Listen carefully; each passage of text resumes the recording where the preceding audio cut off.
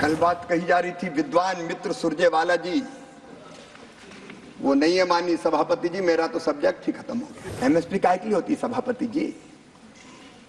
अगर किसान को एमएसपी के नीचे दाम मिले तो वो एमएसपी पे बेचेगा, अगर फसल के ठीक दाम मिले तो एमएसपी पे बेचने नहीं आएगा। सब किसान पूरा बेचते नहीं है, अब उनको पता ही नहीं है कि अपने खाने के लिए भी रखते हैं। मुझे बताते हुए प्रसन्नता है कि पिछले 14 से 24 के दौरान सब्सिडी के तहत 18,25,000 से अधिक मशीनें वितरित की गई और 49,921 से ज्यादा कस्टम हायरिंग सेंटर स्थापित किए गए, जहां से छोटे किसान भी जाएं, किराए पर मशीन लें और अपने खेतों में खेती करने का काम करें।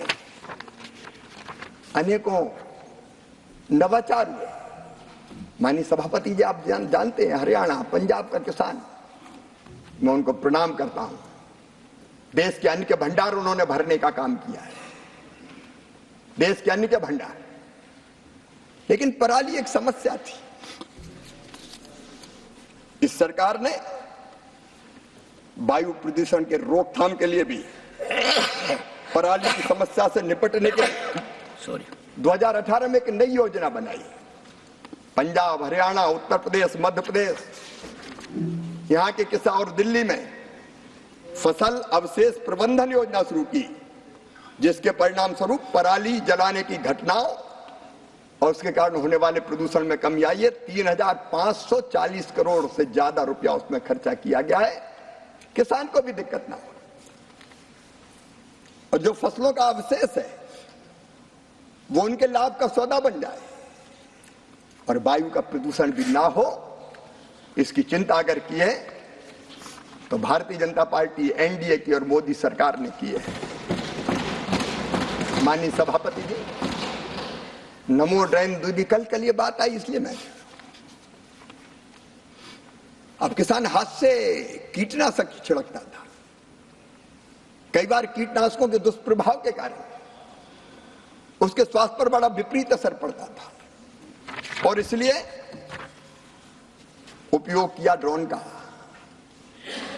हम प्रयास कर रहे हैं वो ज्यादा से ज्यादा प्रचलित हो और उसके लिए सेल्फ हेल्प ग्रुप की बहनें दीदियां ट्रेंड की गई और मुझे बताते हुए प्रसन्नता है 14,500 ड्रोन चयनित महिला स्वास्थ्य सहायता समूहों को प्रदान किए जा रहे हैं, 80% केंद्रीय वित्तीय सहायता के साथ। इससे उनको रोजगार, महिला सशक्तिकरण का काम भी होगा और महिला सशक्तिकरण के काम के साथ साथ किसान भी जोखिम से बचेगा। अभी फसलों की खरीद की बात आई, मैं बहुत जिम्मेदारी के साथ कहना चाहता हूं, कई बार चर्चा हुई, कांग्रेस आज भी बहुत कहती है स्वामीनाथन आयोग की रिपोर्ट, स्वामीनाथन आयोग की रिपोर्ट। कब रिपोर्ट आई थी सभापति महोदय? ये रिपोर्ट आई थी 2006 में। तब कौन की सरकार थी? सरकार हमारी नहीं थी, सरकार कांग्रेस की थी। मनमोहन सिंह जी प्रधानमंत्री थे।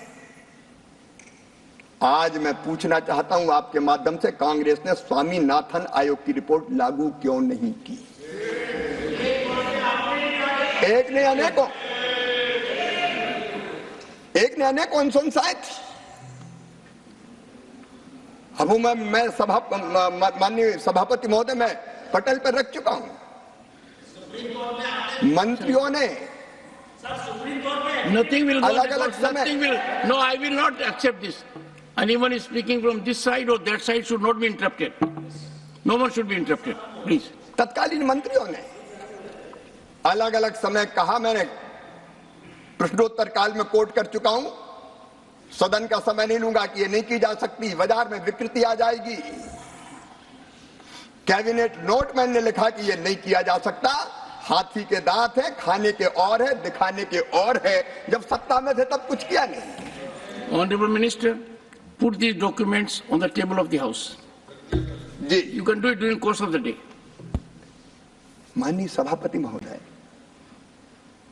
स्वामीनाथन आयोग की रिपोर्ट पर भी अमल किया तो श्रीमान नरेंद्र मोदी जी की सरकार ने।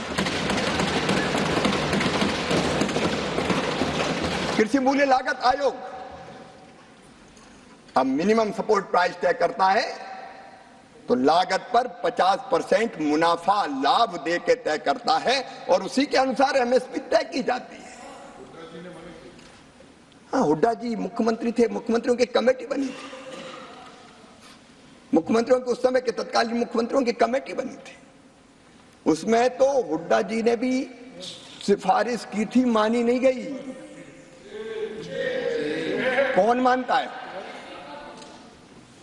आज मुझे ये कहते हुए गर्व है कि स्वामीनाथन आयोग की 50% मुनाफा देके लाभकारी मूल्य तय करके एमएसपी तय होनी चाहिए। ये कभी कांग्रेस ने नहीं किया, कर रही है तो मोदी जी की सरकार कर रही है, भारतीय जनता पार्टी की सरकार कर रही है। माननीय सभापति महोदय, अगर हम फसलवार देखें, क्योंकि देश को जानना चाहिए, किसान जानता है बाजरा में हमने वृद्धि की 2014 के बाद, केवल जो वृद्धि की केवल वो बताऊंगा, 1375 रुपया प्रति क्विंटल। आप तो थे तो 1250 खरीदते थे। जौ में 750, ज्वार संकर 1500 से बढ़ा के 3371 हो गई, 1871। ज्वार मालदंडी 1520 से 3421, 901 रुपया बढ़ाए। धान पे 975 रुपया बढ़ाए, 1345 से 2320। रागी 1500 थी, बढ़ के 4290 हो गई, 2790 रुपया बढ़ा। गेहूं 1400 आपके समय में बिकता था, एमएसपी पे बढ़ा के 2275, 875 रुपया पर क्विंटल बढ़ाए। माननीय सभापति महोदय, चना हो, मसूर हो, मूंग हो, तुअर हो, उड़द हो, मूंगफली हो, सोयाबीन हो, जूट हो, पूरी सूची है। जो दाम बढ़े हैं वो अपने आप में सच्चाई बयान करते हैं। चना 3100 आप खरीदते थे, हम खरीदते 5440। मसूर आप खरीदते थे 2950, हम खरीदते 6425। तुअर आप 4300 खरीदते थे, हम खरीदते 7550। उड़द आप 4300 खरीदते थे, हम खरीदते 7400। एक एक फसल के रेट। और एक बात मैं और कहना चाहता हूं आपके माध्यम से देश के किसानों से, दलहन में देश को आत्मनिर्भर बनाना है, आयात पर निर्भरता समाप्त करना है। और इसलिए सरकार ने फैसला किया कि अरहर हो, मसूर हो, उड़द हो, जितनी किसान पैदा करेंगे पोर्टल पर रजिस्ट्रेशन करवाए, पूरी की पूरी खरीदी जाएगी। एमएसपी पे पूरी की पूरी खरीदी। कल बात कही जा रही थी विद्वान मित्र सुरजेवाला जी, वो नहीं है माननीय सभापति जी, मेरा तो सब्जेक्ट ही खत्म हो गया, बोल के चले जाते हैं। वो कह रहे थे कि पैदा इतना हुआ खरीदी इतनी, पैदा इतना हुआ खरीदी इतनी। एमएसपी काय की होती सभापति जी? अगर किसान को एमएसपी के नीचे दाम मिले तो वो एमएसपी पे बेचेगा, अगर फसल के ठीक दाम मिले तो एमएसपी पे बेचने नहीं आएगा। अब जानते हैं माननीय सभापति महोदय, मध्य प्रदेश में सरबती गेहूं पैदा होता है। सरबती गेहूं के रेट है 4000 5000 रुपया क्विंटल। क्या वो भी एमएसपी पे बिकवाना चाहते हैं? हरियाणा में, पंजाब में, मध्य प्रदेश में बासमती राइस होता है, अच्छे दाम मिलते हैं। कनाडा, अमेरिका, आज भारत का बासमती राइस धूम मचा रहा है। 40,000 करोड़ रुपए का हमने निर्यात किया माननीय सभापति। अच्छे दाम मिलेंगे तो जबरन बेचने आए, तुम तो एमएसपी पे ही खरीदो।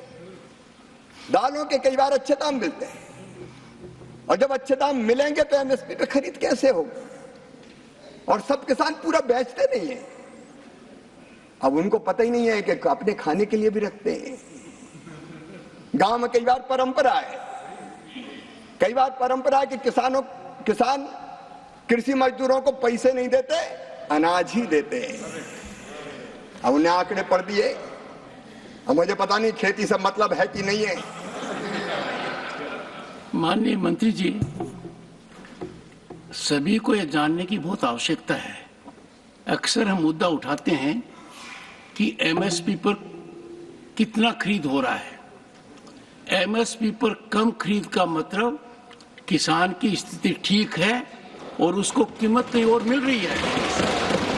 तो आज के दिन सदन की आज के दिन मेरी बात सुनिए, आज के दिन आवश्यकता है कि हम किसान की समस्या को सही दृष्टि में समझें। किसान एमएसपी का फायदा उठाना चाहता है जब वो जानता है कि मैं मार्केट में जाता हूं तो मुझे वो कीमत नहीं मिल रही है। तो ये जो आर्ग्यूमेंट हुआ, मुझे भी बड़ी आहत हुआ इस बात को लेकर, और तब मुझे व्यवस्था में कहना पड़ा कि किसान का क्या समझने की आवश्यकता है। एमएसपी का मतलब किसान के पास मार्केट में कीमत उपलब्ध नहीं है, इसलिए व्यवस्था में किसान को एमएसपी पर बेचना पड़ेगा। अच्छी व्यवस्था यह है कि किसान को वाजिब दाम मार्केट के हिसाब से मिले, और मार्केट जब उसको सपोर्ट नहीं करता है तो एमएसपी आती है। तो एमएसपी में खरीद कम होती है, इसका संकेत है कि किसान की हालत ठीक है। पर एमएसपी का निर्धारण एक लगातार ऊपर चढ़ना चाहिए, और उसकी ओर आप कार्यरत रहेंगे, मैं मानकर चलता हूं। वो बढ़ना चाहिए, क्योंकि आप एमएसपी तय करेंगे तो मार्केट फोर्सेस भी कंट्रोल होंगी। धन्यवाद माननीय सभापति जी। सरकार इस पर निरंतर ध्यान रख के काम करेगी, क्योंकि किसान हमारे लिए केवल इंसान नहीं है, अन्नदाता मतलब जीवन दाता, भारतीय अर्थव्यवस्था की कृषि रीढ़ है, और किसान उसके प्राण हैं। हमारे लिए माननीय सभापति जी किसान वोट बैंक नहीं है, हमारे लिए तो किसान भगवान है। किसान की सेवा हमारे लिए भगवान की पूजा है, और वो मानकर ही हम आगे व्यवहार करेंगे। लेकिन बावजूद इसके माननीय सभापति महोदय, धान की खरीदी हो या गेहूं की खरीद हो, जब जब आवश्यकता हुई सरकार ने पर्याप्त खरीदी है। धान की खरीद हमारे 15-16 से लेके 23-24 तक, ये 15-16 में 78 लाख 31,000 किसानों से हुई थी। मेरे पास आंकड़े हैं, मैं एक एक आंकड़ा रख सकता हूं। तत्कालीन सरकार से जब जरूरत पड़ी, कई गुना ज्यादा अगर खरीद की तो मोदी जी की सरकार ने की, भारतीय जनता पार्टी की सरकार ने की। मैं एक एक आंकड़े नहीं रखना चाहता, सदन का समय नहीं लेना चाहता, लेकिन माननीय सभापति जी, अगर आप देखेंगे, आप तो खरीदते ही नहीं थे। दलहन 2004-05 से 13-14 तक कितना खरीदा गया? दलहन खरीदा गया केवल 6,29,000 मीट्रिक टन। लेकिन यह सरकार है जिसने 14-15 से 23-24 तक 1,70,00,000 मीट्रिक टन दलहन खरीदा। जब किसान को जरूरत पड़ी, हम पीछे नहीं हटे। हम ना तो पीछे हटे और ना किसान कल्याण में पीछे हटेंगे। माननीय सभापति जी, आज मैं आपके माध्यम से आश्वस्त करना चाहता हूं, ये सरकार किसानों को निरंतर समर्थन देना जारी रखेगी, मूल्य ठीक मिले, इसके लिए मोदी सरकार प्रतिबद्ध है, संकल्पबद्ध है।